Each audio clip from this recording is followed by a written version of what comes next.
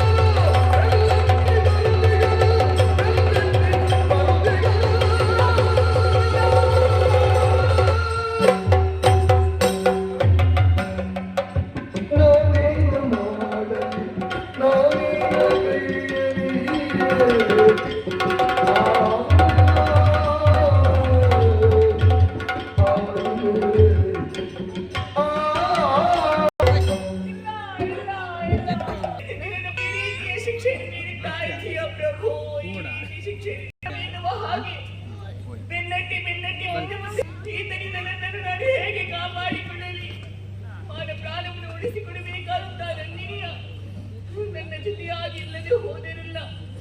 ನನ್ನನ್ನು ಕಾಪಾಡುವವರು ಯಾರಿದ್ದಾರೆ? ನನ್ನ ಮಾನವನ್ನು ಉಳಿಸುವವರು ಯಾರಿದ್ದಾರೆ? ಪ್ರಭೋ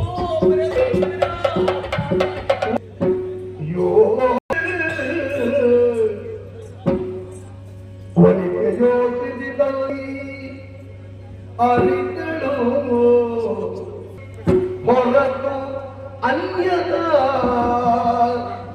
ದೈವವಿಲ್ಲೆಂದೆ ನುತಿಸಿದಳು ಭಕ್ತಿಯಿಂದಲೇ ನುತಿಸಿದಳು ದೀಪವು ನಿನ್ನದೆ ಗಾಳಿಯು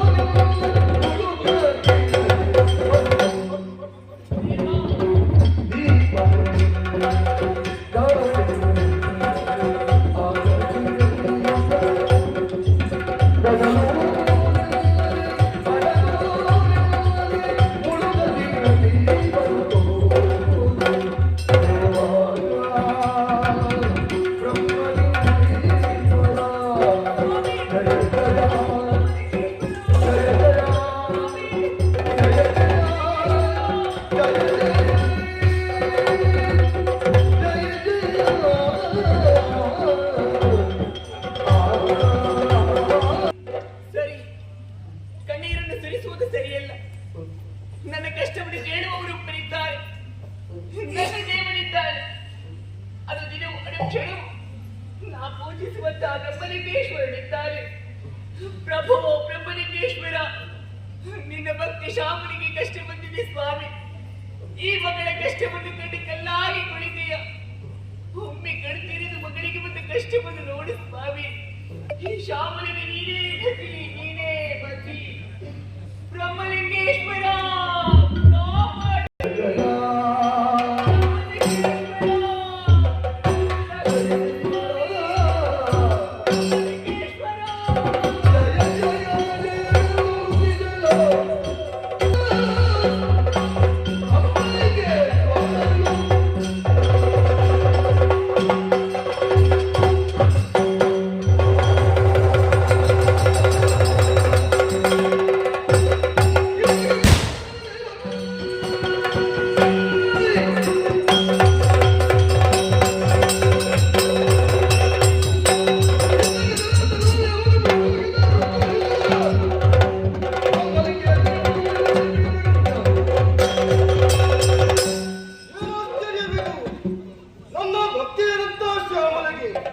ಕಷ್ಟ ಬಂದಿದೆ.